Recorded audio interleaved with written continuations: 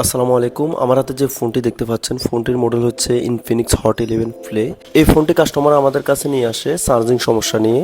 তো ফোনটির সমস্যাটি যদি সরাসরি আপনাদেরকে আমরা দেখাই, দেখতে পাচ্ছেন ফোনটিতে চার্জার কানেক্ট করার পর চার্জিং এর যে সিম্বলটি থাকে ওইটা শো করতেছে, অর্থাৎ এই ফোনে চার্জ হচ্ছে এটা শো করে, কিন্তু কোনো রকম চার্জ স্টোর বা জমা হয় না। তো আমরা যদি আপনাদেরকে আই চার্জারের মাধ্যমে দেখতে পাচ্ছেন এখানে চার্জ হচ্ছে কিন্তু কোনো রকম অ্যাম্পিয়ার নিচ্ছে না। আমরা জানি একটি ফোন স্বাভাবিকভাবে চার্জ নেওয়ার সময় 1.0 অ্যাম্পিয়ারের উপরে নেয়। তো এই ফোনে যাতে আমাদের কোনো অ্যাম্পিয়ারে নিচ্ছে না, এক্ষেত্রে আমরা যদি এই ফোনটি চার্জারের মধ্যে 5 থেকে 10 ঘন্টা কানেক্ট করে রাখি তাহলে কোনো রকম চার্জ বাড়ার সম্ভাবনা নেই। এই ধরনের সমস্যাগুলোকে আমরা সাধারণত ফেক চার্জিং হিসাবে চিহ্নিত করি। তো আমার আগে যে টেকনিশিয়ান ভাই এই ফোনটি রিপেয়ার করার চেষ্টা করেছিলেন, উনি এই ফোনটিতে চার্জিং পোর্ট সাববোর্ড পরিবর্তন করে দেখেছেন এবং এর পাশাপাশি সাববোর্ড থেকে মেন বোর্ডে যে বিবাস লাইনটি থাকে র্যাবনের, ওই লাইনটি উনি জাম্পারিং করে দেখেছেন। এক কথা উনি ওনার মতন করে ট্রাই করে দেখছেন, কাজটি হয় নাই। এরপরে কাস্টমার আমাদের কাছে নিয়ে আসে, আমরা এখন স্টেপ বাই স্টেপ ফোনটি রিপেয়ার করার চেষ্টা করবো ইনশাল্লাহ। সর্বপ্রথম আমরা চার্জিং পোর্টের ডিএম ডিপি ইউএসবি-আইডির কানেকশনগুলো আমরা জিআর ভ্যালু চেক করব। জিআর ভ্যালুর সাথে আমরা ভোল্টেজগুলো পরিমাপ করে দেখব আমাদের কানেকশনগুলো ঠিকঠাক আছে কিনা। তো আমরা এখানে চেকিং করে যেটা বুঝলাম আমাদের ডিএম ডিপি আইডি লাইন সব কিছু ওকে আছে।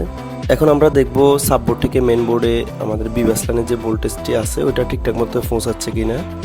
দেখতে পাচ্ছি আমরা এখানে সাপোর্ট থেকে মেন বোর্ডে আমাদের 5 ভোল্টেজ লাইনটি সম্পূর্ণ ওকে আছে। এখন আমাদেরকে পরবর্তী স্টেপে কাজ করতে হবে। পরবর্তী স্টেপে কাজ করার আগে আমরা একটু আই থেরাপি দিয়ে পুরো চার্জিং সেকশনটা একটু দেখব, অর্থাৎ আমরা খালি চোখে কোনো সমস্যা আমরা খুঁজে পাই কিনা এটা মাইক্রোস্কোপ দিয়ে আমরা চেকিং করতেছি।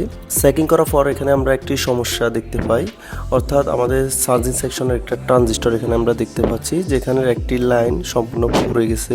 ওভার ভোল্টেজ এবং ওয়াটার ড্যামেজের কারণে মূলত এই ধরনের লাইনগুলো এরকম ক্ষতিগ্রস্ত হয়ে থাকে।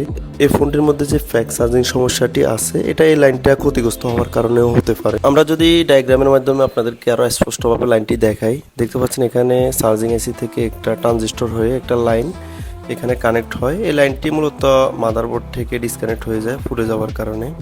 এখন আমরা এই লাইনটি জাম্পারিং করে দেখব আমাদের ফোনে যে ফ্যাক চার্জিং সমস্যাটি ছিল এটা সমাধান হয় কিনা। মোবাইল ফোনে ফ্যাক চার্জিং এবং স্লো চার্জিং এর সমস্যাগুলো বেশ কিছু জায়গা থেকে হয়ে থাকে, এই জন্য আমাদেরকে স্টেপ বাই স্টেপ চেকিং গুলো করে আমাদেরকে সমস্যাগুলো নির্ণয় করতে হবে। আমরা এখন এই ফোনে জাম্পারিং করার পরেও যদি এই ফোনের ফ্যাক চার্জিং সমস্যার সমাধান না হয় তাহলে আমরা পরবর্তী স্টেপে কাজ করব ইনশাআল্লাহ।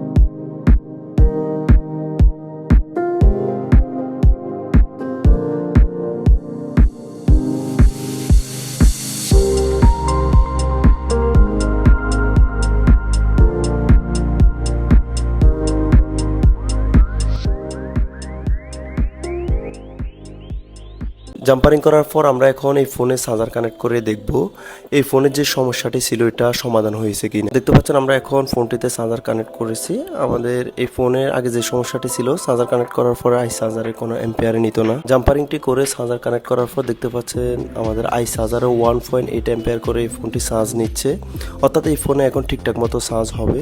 তারপর আমরা এখন আপনাদেরকে কিছুক্ষণ ফোনটি চার্জ দিয়ে এই ফোনে চার্জটি স্টোর হয় কিনা এটা দেখাবো। এখন দেখতে পাচ্ছেন এই ফোনটিতে 3% চার্জ আছে। এই অবস্থা আমরা একটু চার্জে লাগিয়ে রেখে দিলাম। ফোনটিতে আমরা 1 থেকে 2 মিনিট চার্জ করার পরে ফোনটির চার্জ এখন 3% থেকে বেড়ে 4%-এ অবস্থান করতেছে। তার মানে এই ফোনটিতে মূলত ট্রানজিস্টর থেকে যে লাইনটি মিসিং ছিল ওই লাইনটির কারণে ফ্যাক চার্জিং সমস্যা দেখা দিয়েছিল। এই জন্য এই ধরনের সমস্যাগুলো যদি আমাদের কাছে আসে আমরা স্টেপ বাই স্টেপ কাজগুলো করার চেষ্টা করব, কারণ অনেক টাইমে দেখা যায় যে ছোটোখাটো জায়গা থেকেও এই ধরনের সমস্যাগুলো হয়ে থাকে।